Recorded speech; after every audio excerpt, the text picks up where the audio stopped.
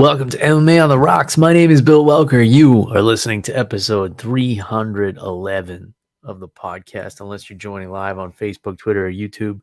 If you want to catch the show live, subscribe on one or all of those platforms. Turn on your notifications so you can catch the show when it goes live. Like right now. Today is Monday, April 24th. Podcast a day later than usual again this week. Just been enjoying some family time on the weekend. No real excuse other than that. So here we are. Still, trying to stay consistent here. I'll switch it up this week and give you guys a reminder at the top of the show for once that we do have merchandise available through our friends at Team Reaper. Reaper1.co is the website. Promo code MMA Rocks 10. Save yourself 10% off your entire order, whether you're buying our merchandise or not. So you can grab yourself an over-the-top, under-the-influence t-shirt, tank top, or hoodie, although I don't anticipate a lot of hoodie sales as of late. I don't know about where you guys are, but it's well into the mid-80s here in Florida. We're starting to get into the rainy season as well, which means summer's right around the corner. Okay, so there's that. Can check that box. It's going to be a quick little episode tonight.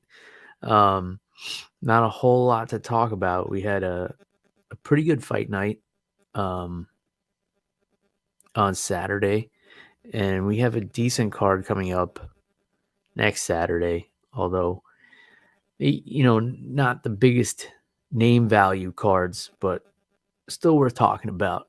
But it'll still be a pretty brief show because there's not a whole lot going on news-wise. But let's get into it. So UFC Vegas 71 at the Apex, headlined by these heavyweight monsters, Sergei Pavlovich, Curtis Blaydes. Look, I kind of told you guys last week, or to my recollection, I told you that it was going to go one of two ways. Pavlovich was going to come out of the gate and lay leather on Curtis Blaydes, or Curtis Blaydes was going to, bring Sergei into deep waters and try and drown him there, because we took a look at Pavlovich's record last week. He had gone 5 rounds before. It was not in the UFC, but it was only one time. Pretty much this guy rarely gets out of the first round, and that was the case on Saturday night. Knocks out Curtis Blaydes. He threw kind of like the start of the finishing combination. He threw kind of like feinted an uppercut, turned it into like a shovel hook, where he kind of leaned into it with his chin straight up in the air. But when you throw it that kind of power and ferocity, you can kind of get away with sort of rudimentary mistakes like that. When you know that you're going to be blasting the guy in the face with some thunder fists, you kind of throw caution to the wind a little bit more. So he landed that, and Curtis was trying to try and duck and roll out of the pocket, and he just couldn't see the light of day, couldn't find his way out of there. Pavlovich was just all over him, just kind of swinging wild, put Curtis down, and then that was all she wrote. He kind of got on top, landed some hammer fists, but it was a done deal at that point. Referee Mark Goddard stepped in, put an end to it. 6 straight knockouts for Sergei Pavlovich in the UFC, which if he gets one more, he's going to tie Chuck Liddell's record for most consecutive knockouts, which is a damn impressive feat. I mean, you're looking at a division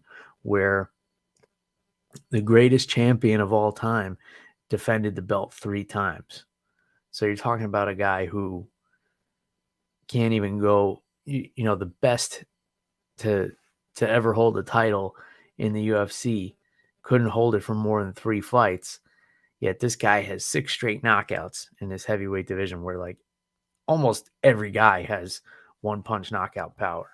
I mean, his last fight knocked out Derek Lewis. This guy just has insane power. He's terrifying. he just annihilated the guy who was probably the biggest threat to him outside of John Jones in terms of the wrestling. Maybe Stipe. I doubt we're going to get to see a Pavlovich Stipe fight unless Stipe gets past John Jones.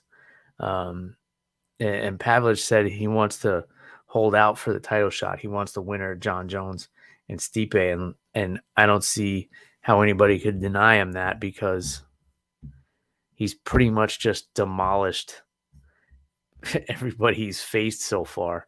There's nobody left. The only people ahead of him is Cyril Gane and Stipe, and of course the champ. I don't think the UFC would put him in there with Cyril Gane. Other than that, he's fought all these dudes already. So yeah, I wouldn't be surprised if they put him into a title fight. From what I understand, he was the backup fighter for John Jones and Cyril Gane, which isn't 100%, but is usually an indicator that you're going to be in line for a title shot. And I think with a performance like this, if he was right on the cusp of deserving a title shot, I would have to think a knockout over a guy like Curtis Blaydes would put him over the top. So that's probably what we're going to see. He said he's willing to wait and just rest up. Man, this is a scary dude. His technique is not the cleanest, but he just throws with such ferocity that it's just scary. He doesn't have to have the cleanest technique, because all he has to do is touch you and you're going down. And that's a scary amount of power to have, especially because going forward, he's probably only going to be fighting 5-round fights for a while. So, I mean, good luck dodging those giant fists for 25 minutes. Forget about trying to get some offense off. Let's see. Bruno Silva, big first round knockout over Brad Tavares. This was a solid test for Bruno Silva, who came into the UFC with a lot of hype. And then, just hit a rough patch, but, went the distance with Alex Pereira, who was just the champion, and then got submitted by Gerald Meerschaert, which, Gerald Meerschaert is like one of the top submission artists in UFC history. So, a little speed bump there, but before that, he had a string of 3 knockouts when he first came into the UFC, and over good competition: Wellington Turman, Andrew Sanchez, and Jordan Wright. So, he had the setback against Alex Pereira, but he was only 20. No, let's see here. I don't know where I was going with that thought, but I was going to say he was only 20 fights into his career, but Alex Pereira was only like 7. So in any case, got himself back on track. Big knockout over a tough dude in Brad Tavares. So this guy's dangerous, man. I don't know what we do with him next. Let's take a look. Take a look at the rankings here at middleweight. Is he ranked yet? Doesn't look like it. Doesn't look like it. Maybe fight with Chris Curtis would be fun. That would be a fun fight. Andre Muniz would be a fun one as well. Pretty much everybody else is matched up. Brendan Allen has a fight booked. Bruno Silva and Roman Dolidze would be a really fun fight, but I feel like that wouldn't be fair to Dolidze because he's ranked so much higher. But maybe some point down the line, we'll get to see that one. Bruno Silva gets another win or 2 under his belt. Bobby Green and Jared Gordon, unfortunate ending to this one. Bobby Green kind of leans in for like an elbow and accidentally headbutts Jared Gordon, puts him out on the ground, and then, followed up with some strikes and knocked him out. Everyone involved in the cage, including Jared Gordon, thought it was just going to be a TKO victory for Bobby Green, but there was a review by the Athletic Commission, and they shared the information with Keith Peterson, and all parties involved agreed that it should be a no contest, since it was the headbutt that led to the fight-ending sequence. Interesting. I can't remember another time where this has happened. Obviously it was accidental. When Bobby was told what happened, he said he thought he hit him with his elbow, which is totally possible. You're in the heat of the moment. You're not necessarily going to feel if you hit a guy with your head. You got so much adrenaline going. It's definitely reasonable to think that he wasn't aware that he headbutt him. And it wasn't even a headbutt. It was really like it was in the books as an accidental clash of heads. So unfortunate set of circumstances here. I don't think they'll run this one back. It wasn't looking great for Jared Gordon up to that point. If it had been like a really competitive fight, like really back and forth, and these guys were slugging it out and it ended like that, then maybe Dana would want to run it back right away. But I don't think that's going to be the case. Bobby Green was upset because, he was looking for that win bonus. It's unfortunate because now both guys have to leave with, half the money. I don't know if there was some kind of back end deal, where they were cut extra checks because of the no contest. 'Cause it was still an exciting fight, so I don't think either guy should be penalized for that. Iasmin, Lucindo, unanimous decision over Brogan Walker. I'll tell you the truth, I did not catch that fight. Jeremiah Wells, split decision win over Matthew Semelsberger. This was a really close fight. That first round, I feel like, was the toughest to score because Semelsberger damn near knocked Jeremiah Wells out. If that's all you saw of the round, you might even say that was a 10-8 round for Matthew Semelsberger. But then Jeremiah Wells comes back and controls the whole rest of the round on the ground. So it was probably like, I think Semelsberger knocked Jeremiah down twice. So you're looking at 2 knockdowns versus like maybe 4 minutes of control time. So it's a question of what do you value more there and how you score that first round. I actually don't know. I probably would have scored that round dead even. But I don't know how the judges had it. In the end, 2 judges gave it to Jeremiah Wells, and 1 gave it to Semelsberger. But it was an exciting fight. It was a really interesting matchup. Okay, Christos Giagos with a big knockout of Ricky Glenn in the first round. A lot of first round finish. It was like first round finishes or decisions this whole card, except for the first fight.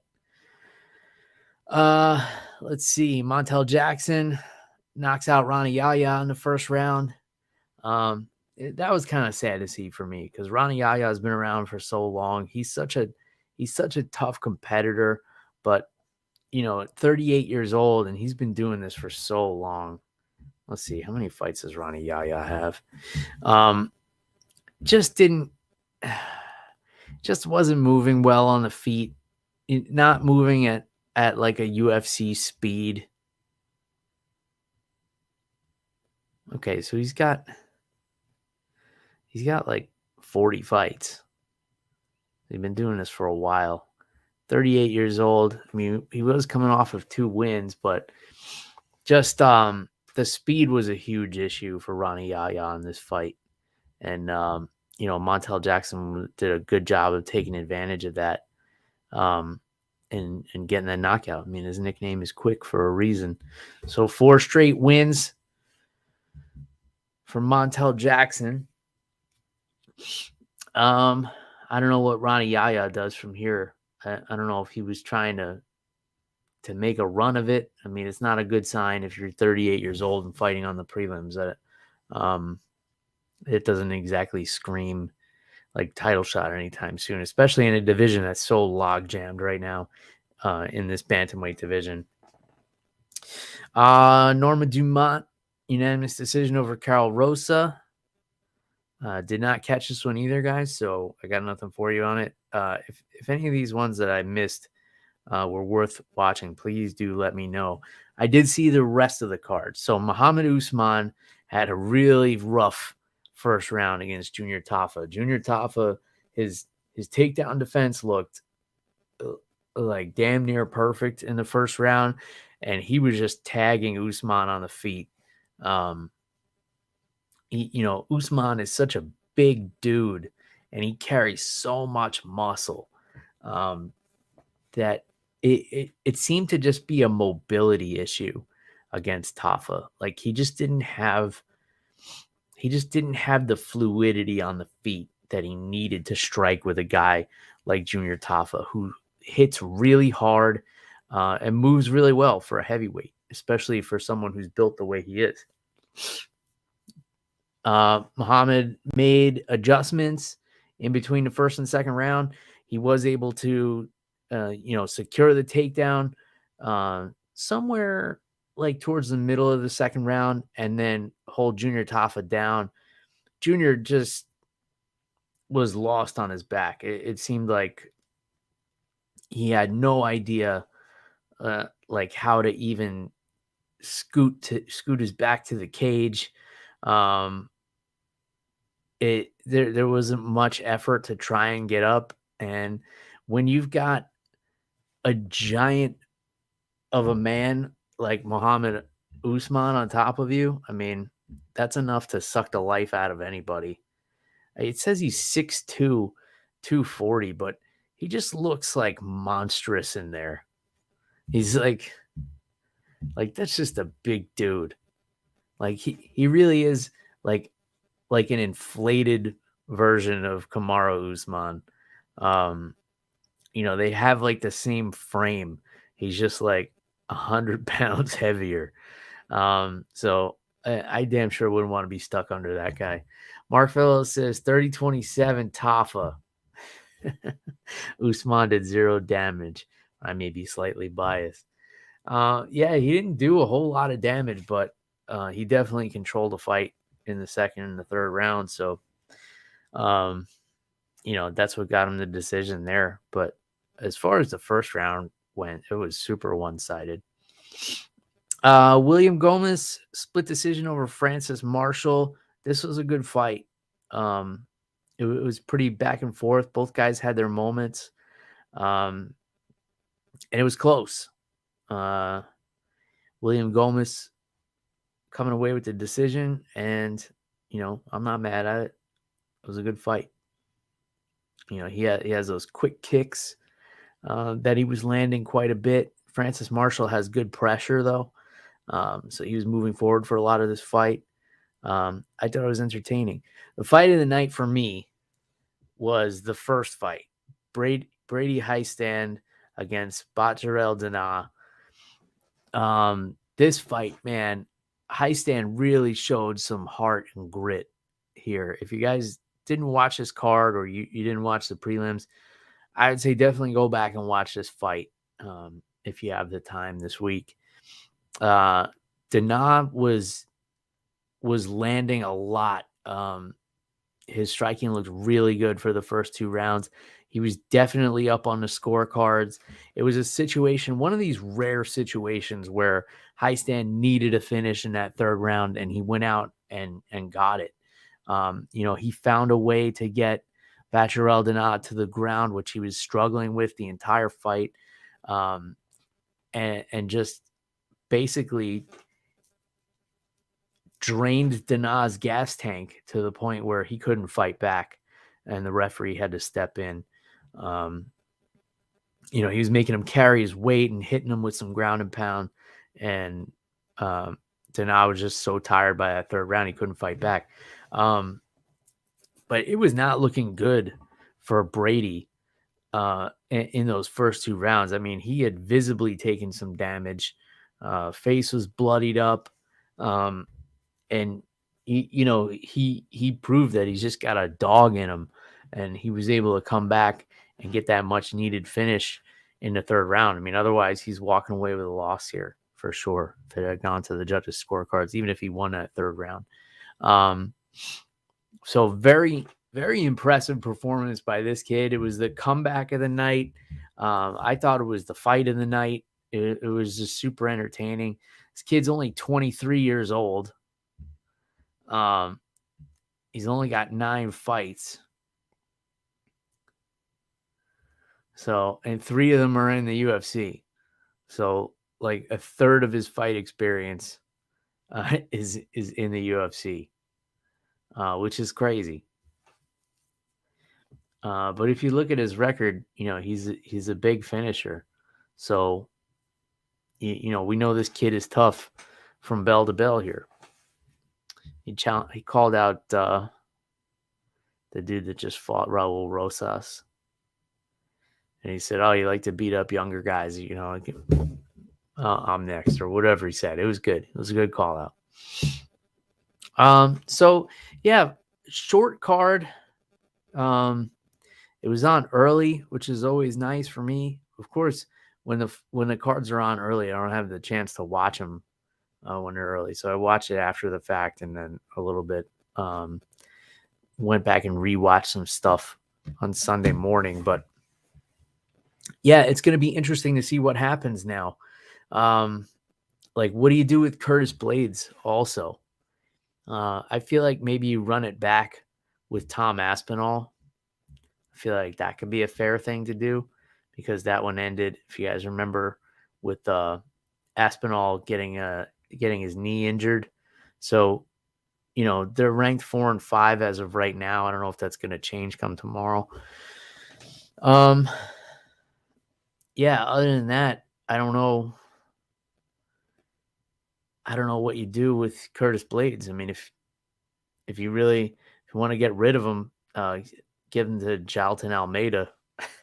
That would be a tough fight, man, because that dude is a monster. And Blaydes has great wrestling, but you're not going to want to take that guy down because he's nasty on the ground. So, yeah, I don't know what's next for Curtis Blaydes. It'll be interesting to see if the UFC does give Pavlovich that title shot. Time will tell, my friends. Time will tell. All right. It really is going to be a quick episode. I always say that, like, oh, not much to talk about this time, and then I end up on here for an hour anyway, but it looks like we'll keep it right around 30 minutes for you guys. This will be like a little commuter length episode here for a lot of you. Is that the average commute now? I would think like 30 minutes. Pretty average commute. I think that's about what mine is. 30, 35 minutes, somewhere in there. I usually, only listen. If I want to listen to an entire podcast, it's like the drive to work and then a little bit at work and then the drive home. will usually do it for me. Today I was listening to Joe Rogan, and I don't listen to all the Joe Rogan podcasts. I kind of cherry pick based on the guest. I was listening to a little bit of the Jim Brewer episode, and then I was listening to Ric Flair. What a friggin' legend that dude is. Of course, I was into pro wrestling as much as anybody else when I was like 11, 12, somewhere in there. And then I kind of left that behind me once I started wrestling, like 8th grade. like, amateur wrestling, not pro wrestling. And that's actually what got me into it. I thought I was going to be like the Ultimate Warrior, going in there like gorilla pressing people. That's not the case, guys. I don't know if you're aware, but yeah, high school wrestling is not like what you see on TV on Monday Night Raw. But I did find the interview with Ric Flair interesting because at one point he said he started taking Xanax because he was having self-confidence issues. And he was having anxiety. So here is like one of the most flamboyant, like just like a pure projection of confidence Ric Flair was like throughout his wrestling career. I mean, this guy, his whole persona was confident. Like, I'm the best. I'm the man. To be the man, you got to beat the man. I'm gonna have 300 women waiting at my hotel room when I get done with here. Then I'm gonna crush 35 beers and sleep with all of them. And that guy said he had self-esteem issues and anxiety. So, what hope is there for the rest of us? If Ric Flair, the kiss stealing and wheeling and dealing and whatever else he was doing, I don't know what he was dealing. I hope it wasn't Xanax. But yeah, if that guy had self-esteem issues in his prime to the point where he had to medicate himself, it's totally understandable for the average person to have self-esteem issues and feel anxious about things. It's totally natural. Maybe that's why they call him the nature boy, because he's so natural. He feels the same things that all the rest of us do. But yeah, I did find that bit of psychology interesting, because if you had to choose somebody, choose a celebrity or somebody that you would think never had an issue with confidence or self-esteem, you'd probably pick that guy. The guy he was just brimming with confidence. But I guess you never know what people are going through in their heads. Sometimes the most confident people on the outside are the ones who are struggling the most. So it was an interesting interview. I still haven't gotten all the way through. It's hard for me to get through a 3-hour podcast. That like if I listen to an entire Joe Rogan episode, it usually takes me like a week to get through it.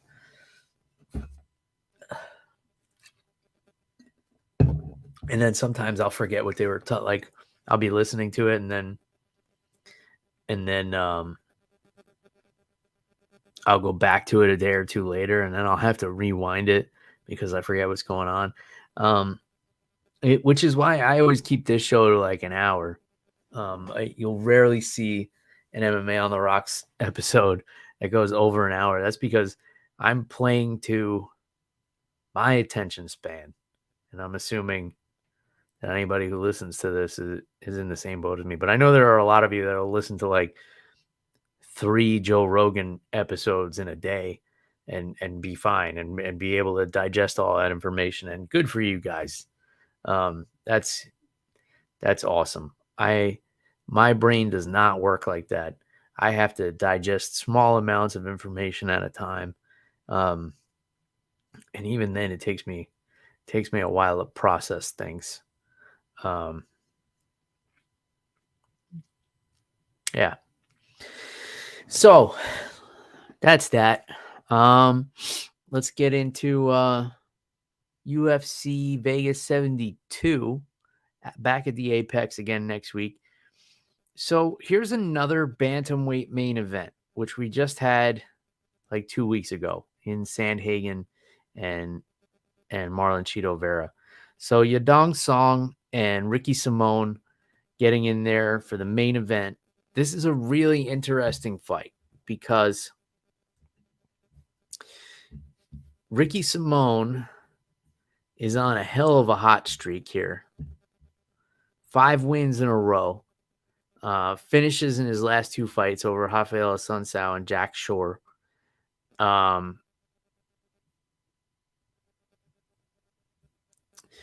his only setbacks were he got knocked out by Uriah Faber, which was a big setback because Uriah Faber was like damn near 40 at the time. And then right after that, he lost to Rob Font. But now he seems to have bounced back. Ricky Simone's a little tank, man. But then you have Yadong Song, who is, I guess, kind of like the dark horse of the division. He has a loss in his last fight to Corey Sandhagen, but he has a win over Marlon Moraes. He has a win over Marlon Vera.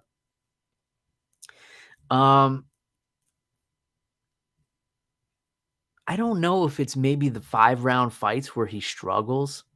So if you look at his career, even back in the WLF, he lost a 5-round decision there. When he went 5 rounds with Corey Sandhagen, he got TKO'd right at the end of the 4th. But I remember he was doing well against Sandhagen early on. Like, he had him rocked.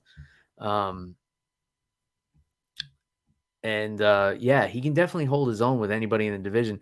The problem with this fight is going to be, the winner's going to have to make a huge splash because there's such a bottleneck at the top of the division, right?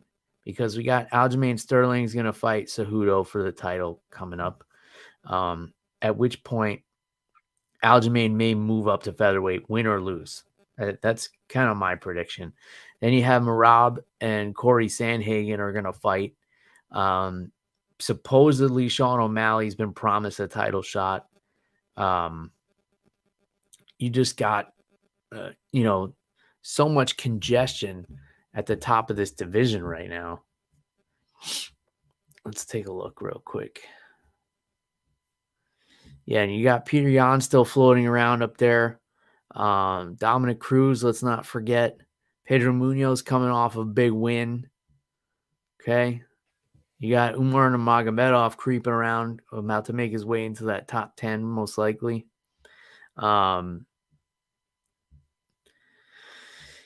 Let's see. Jonathan Martinez has looked good lately.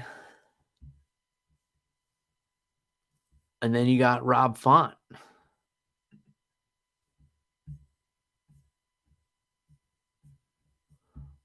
Yeah. Rob Font coming off of that big knockout win over Yanez. So it's like you got so much going on at the top of this division. And then, where was I just looking? Okay. Yeah, it's going to be tough. If these guys want to,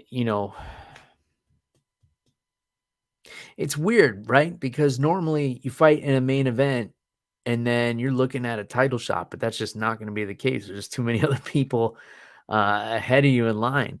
So they're just kind of fighting for that, like, 4th place spot right now, right? They're going to be behind O'Malley. They're going to be behind the winner of Sandhagen and Merab. They're going to be behind potentially Rob Font. And then, let's not forget Marlon Vera is still a threat in this division as well. So fun fight though. I'm looking forward to it. Co-main event, Cal Borrallo against Michael Olajanchik. This will be a fun fight, I think.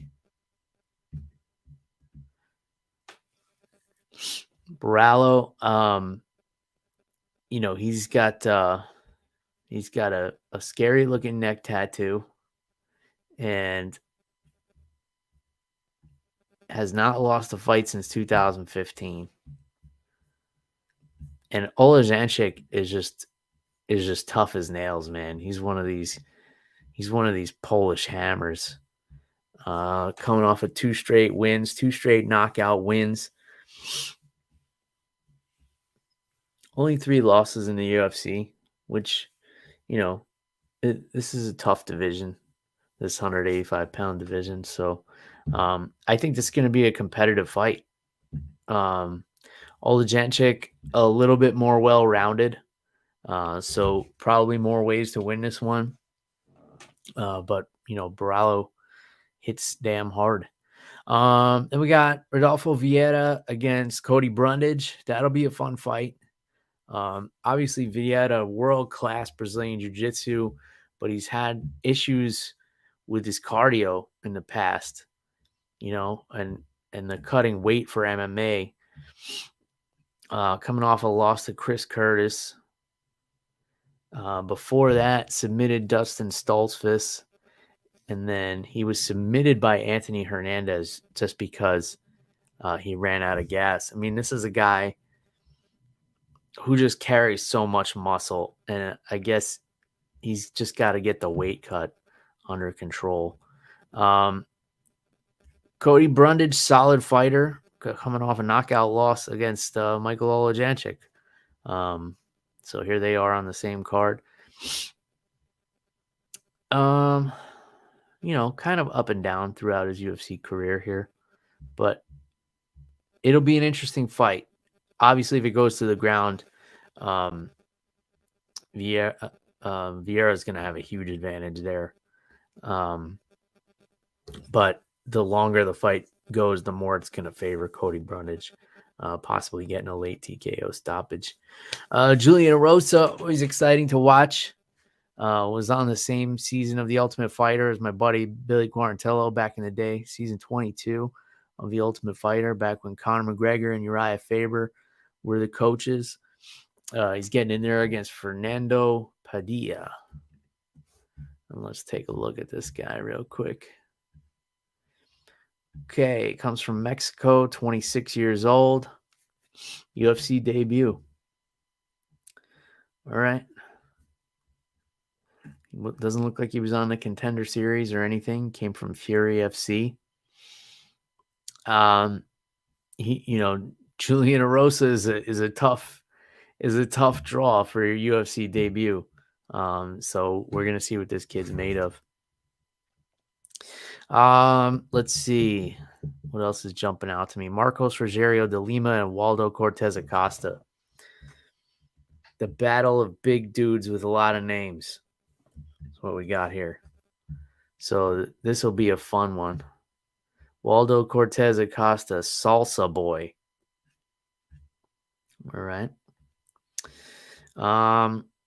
Let's see. 3 wins in the UFC, including on the Contender Series. Hasn't found that first finish in the UFC yet. And Rogerio de Lima is a beast of a man. Coming off of a submission win over Andrei Arlovsky in his last fight. That was way back in October. So that'll be a fun one. It's interesting because I usually don't know too far ahead of time what's going to be on these upcoming fight night cards until I'm reading it in front of you guys. So pretty much just reacting is just giving you live reactions every week. Like, oh, this is on next week. Natan Levy and P. Rodriguez. Okay. Both not a lot of experience, but both exciting styles. So that'll be fun. And then Brian Kelleher and Journey Newson. That's going to be a really fun fight. I keep talking about it's hard to stand out in this bantamweight division. So being on the prelims of a fight night card that's headlined by bantamweights that really need to be impressive to make a splash, kind of puts these two in a pretty bad position. They're really going to have to stand out to try and grab a headline here. But these are 2 scrappers, man. That could be a really exciting fight. So there's that. And then Haley Cowan against the undefeated Jamie Lynn Horth. Okay. We've got a few undefeated fighters on this card. Yeah, fun little fight night card. I'm not sure if this one starts early or not. But yeah, it should be good. All right, folks. I told you I would keep it short this week, and I'm going to keep my word. As far as for the the on the rocks portion, I've been getting into a lot of tequila lately since the weather's warming up. Um, I always like a nice tequila when it starts to get hot outside. Uh, an aged tequila that may surprise you that I've really been enjoying is Kirkland, which is Costco's brand of aged tequila. So the Kirkland brand Añejo tequila is really delicious. So because it's tequila that's aged in oak barrels, it kind of gives that whiskey flavor profile to it. It drinks like a lighter whiskey. Um, it is something that I actually will drink on the rocks. Most of you know that I like to drink my whiskey neat. But tequila, when it starts to get hot outside, I will throw a couple ice cubes in there and we'll have them on the rocks. I've always said that the show's called MMA on the Rocks. I rarely drink anything on the rocks, but MMA Neat would have been a stupid name for a show. So there you have it. If you have a Costco near you that sells liquor, the Kirkland brand of anything is usually sourced really well. And it's usually made by a well-known distillery. So like the Kirkland Isla Scotch is made by Lagavulin, I believe. The Kirkland Bottled and Bond Bourbon is made by Bardstown, which makes 1792 bourbon. So they source everything out really well. They also do a Kirkland 18-year-old Scotch. That's a sherry cask Scotch that's made by Macallan, I believe. And it's always a mystery whether you'd be able to find these things or not. So even if there is a Costco nearby that does sell liquor, I know they don't in every state. Like in New York, the Costcos don't have liquor stores, but they do here in Florida. So if you are able to find that stuff, and the prices are phenomenal. So for the Añejo tequila, for an entire liter of it, it's like $40. So you really can't beat that. Really good bang for your buck over there at Costco. Spoken like a true dad. And that's about it. That's all I got for this week. So until next time, cheers, everybody. Bye.